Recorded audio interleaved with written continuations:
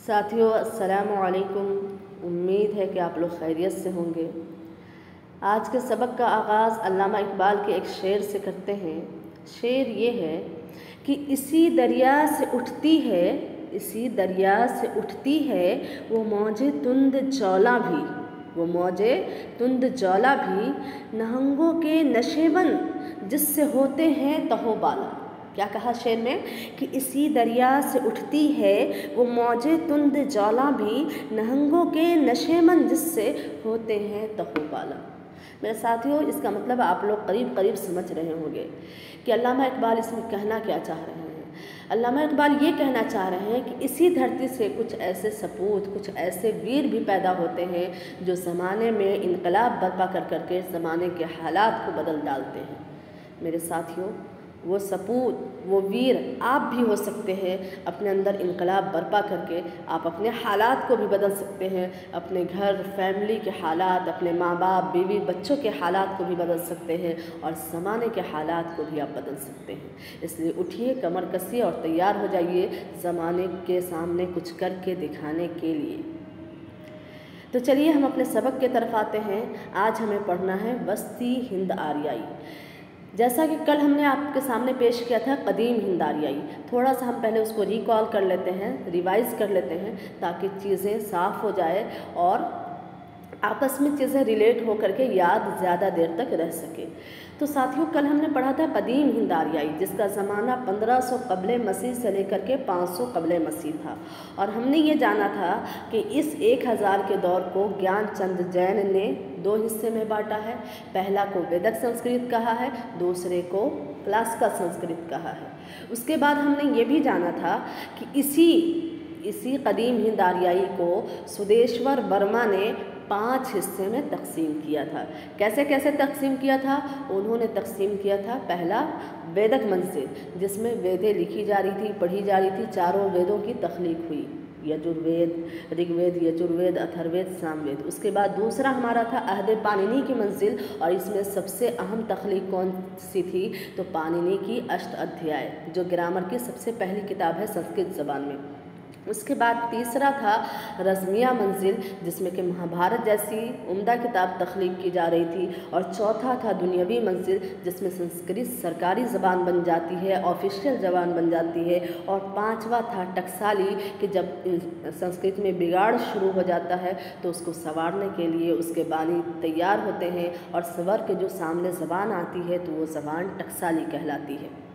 उसके बाद हमने ये भी जाना था कि जब ज़बानों में बिगाड़ शुरू होता है तो फिर आर्या क्या करते हैं? अपने ज़बान की मेयार बंदी करते हैं, दर्जा बंदी करते हैं कि कहाँ की ज़बान ज़्यादा अच्छी है, कहाँ की कुछ बिगड़ी हुई है और कहाँ की पूरी तरह से बिगड़ी हुई है। तो हमने ये जाना था कि शुमाल मगरबी हिस्से की, हिंदुस्तान के शुमाल मगरबी हिस्से में जो इलाका था पंजाब वगैरह, वहाँ की ज़बानें सबसे अच्छी थी, उत्तम थी, और वो ज़बान उदीचा कहलाई।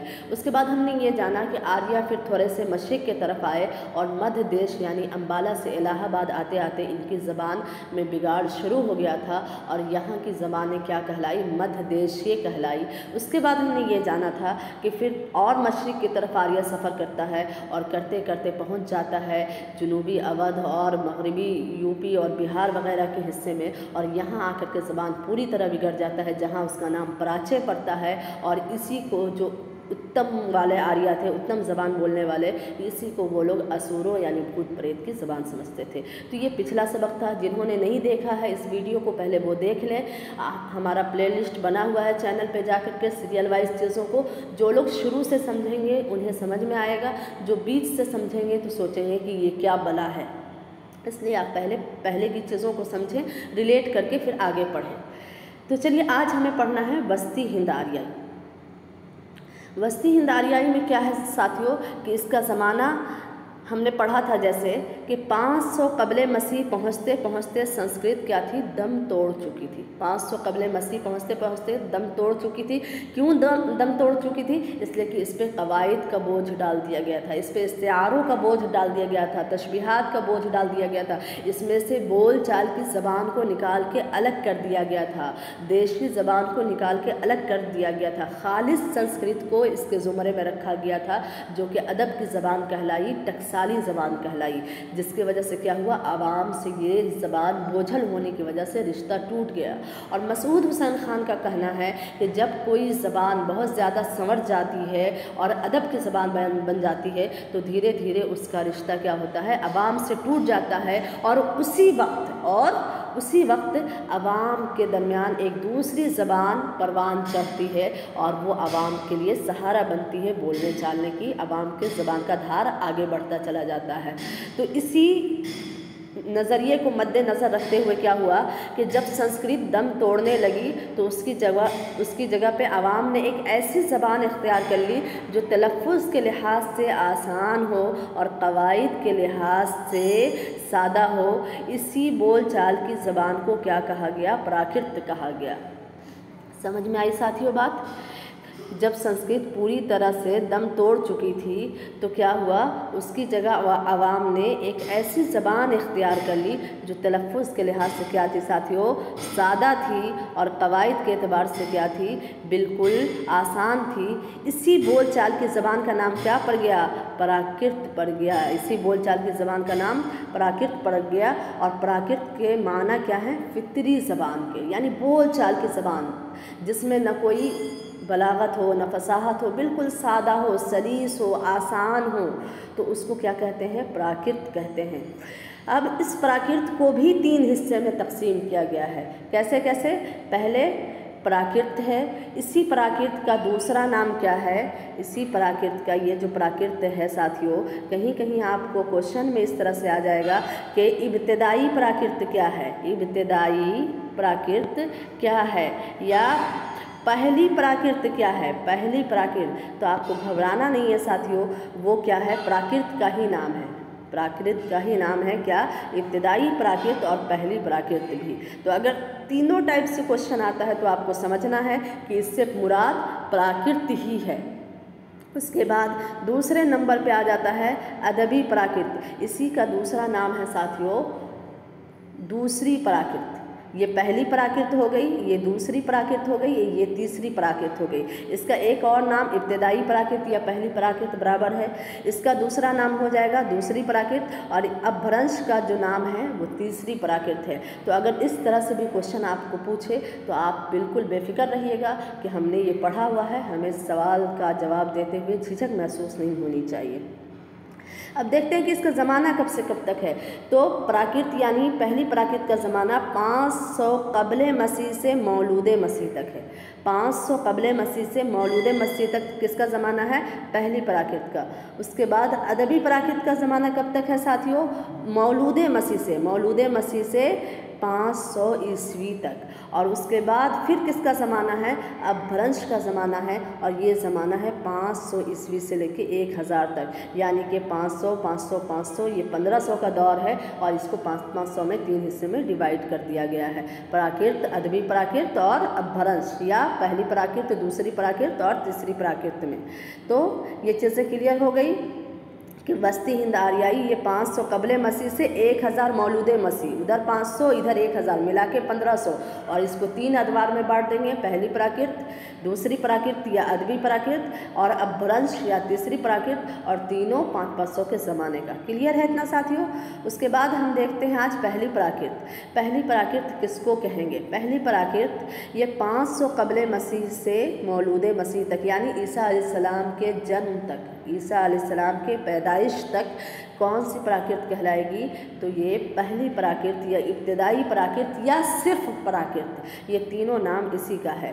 अब क्या है ये, तो कहा जाता है कि आवाम की बोली ठोली को पहली प्राकृत कहा गया। आवाम की बोली ठोली, आवाम का जो बोलने का तरीक़ा है, जो बोली राइज है आवाम के दरमियान, जिसमें न कोई बलागत है, न फसाहत है, न क़वाइद है, न इस्तिआरा है, ये कौन सी ज़बान कहलाएगी, पहली प्राकृत कहलाएगी। लेकिन साथियों यहाँ पे गौर करिएगा कि आवाम की बोली का जो अदबी रूप है, अदब जिसमें तख्लीक हो रहा है, आवाम तो बोल रही है, उसी में अगर थोड़े से निखार पैदा कर दिया जाए और फिर उसके बाद अदब उसमें तख्लीक होने लगे तो वो कौन सी ज़बान हो जाएगी, पाली हो जाएगी। आवाम की बोली का अदबी रूप क्या है साथियों, पाली है।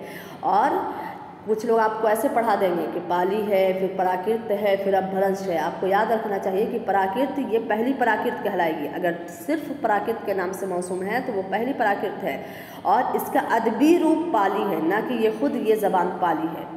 अदबी शक्ल जब इख्तियार कर लेती है आवाम की बोली तो वो पाली के नाम से मौसूम होती है, जानी जाती है।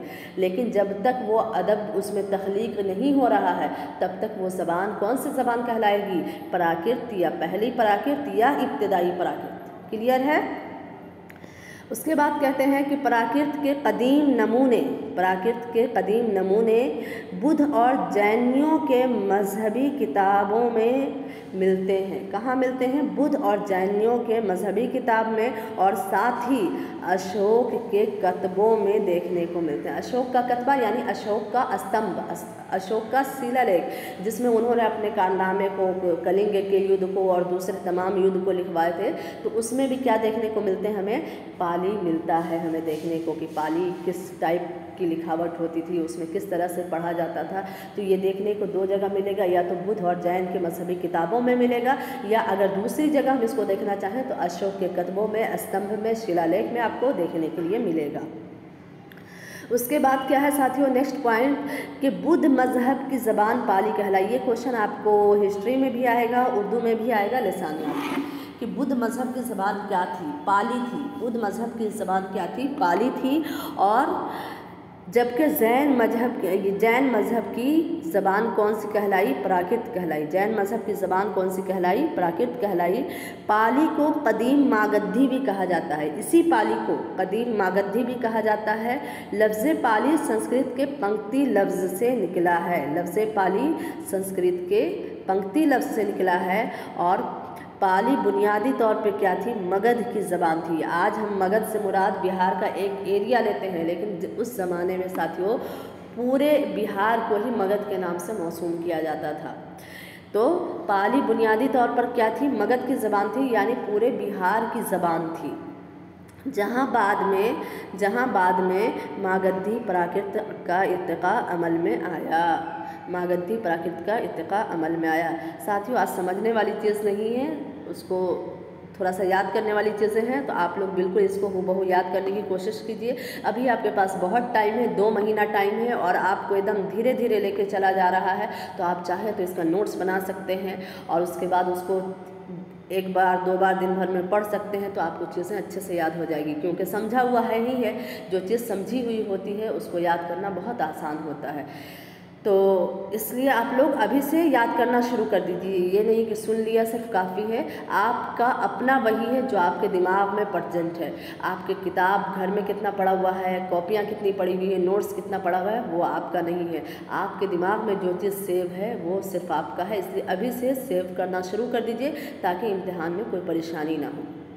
तो चलिए देख लेते हैं मोटा मोटी कि आज हमने क्या क्या पढ़ा। हमने ये जाना कि वस्ती हिंद आर्याई का ज़माना 500 कबल मसीह से 1000 मौलूद मसीह तक है, और इसको हम 3 अदवार में तकसीम करेंगे, प्राकृत या इब्तिदाई प्राकृत या पहली प्राकृत, और इसका ज़माना होगा 500 कबल मसीह से मौलूद मसीह तक। उसके बाद दूसरा नंबर पे है हमारा अदबी प्राकृत, और इसका ज़माना है मौलूद मसीह से 500 ईस्वी तक। और तीसरे नंबर पे हमारा है अपभ्रंश या तीसरी प्राकृत, और इसका ज़माना है 500 ईस्वी से 1000 ईस्वी तक। उसके बाद हम देखते हैं कि पहली प्राकृत के बारे में क्या क्या इम्पोर्टेंट पॉइंट है। तो उसमें है कि अवाम की बोली ठोली को क्या कहा गया? पहली प्राकृत। अवाम जो ज़बान बोल रही है उस ज़बान को क्या कहा गया? पहली प्राकृत। लेकिन यही ज़बान जब अदब इसमें तख्लीक किया जाने लगता है, इसमें अदब तख्लीक हो रहा है, तो वो कौन सी ज़बान कहला जाएगी? पाली कहला जाएगी। और फिर उसके बाद हमने नेक्स्ट पॉइंट ये जाना कि प्राकृत के कदीम नमूने कहाँ मिल सकते हैं। तो या तो बुद्ध और जैनियों के मजहबी किताब में मिल सकते हैं, या फिर दूसरी जगह कहाँ मिल सकते हैं? तो दूसरी जगह आपको अशोक के कतबों में मिल सकते हैं। फिर उसके बाद हमने ये जाना कि बुद्ध मज़हब की ज़बान क्या थी? तो पाली थी। और जैन मज़हब की ज़बान क्या थी? तो प्राकृत थी। उसके बाद फिर हमने ये जाना कि पाली जो है कदीम मागधी भी इसी को कहा जाता है। अगर कदीम मागधी से पूछे कि कौन सी ज़बान मुराद है, तो पाली ही मुराद है। और फिर हमने ये जाना कि पाली कहाँ से बनी है? तो ये संस्कृत संस्कृत के अल्फाज पंक्ति से निकली है, संस्कृत के अल्फाज पंक्ति से निकली है। और फिर नेक्स्ट पॉइंट हमने ये जाना कि पाली बुनियादी तौर पर मगध की ज़बान थी, जहाँ बाद में कौन सी प्राकृत आई, मागधी प्राकृत अमल में आई। तो इस तरह से हमारा ये टॉपिक कंप्लीट हो गया। नेक्स्ट हम कल पढ़ेंगे अदबी प्राकृत, यानी इसकी दूसरी किस्म अदबी प्राकृत, उसको कैसे कितने अदवार में बांटा गया है और कहाँ उसकी क्या खूबियाँ रही हैं। आप लोग इसको देख के, जिनके पास किताब वगैरह हो कहीं पर से, तो वो देख करके आएँ और समझ करके आएँ तो बेहतर है। चीज़ें यहाँ ज़्यादा समझ में आएगी, नहीं हो तो कम से कम जो पढ़ाया जा रहा है वो उतना याद करें, और ताकि आपका एग्ज़ाम अच्छे से क्वालिफाई हो सके। हमारी मेहनत और आपकी मेहनत दोनों का नतीजा बेहतर हो सके।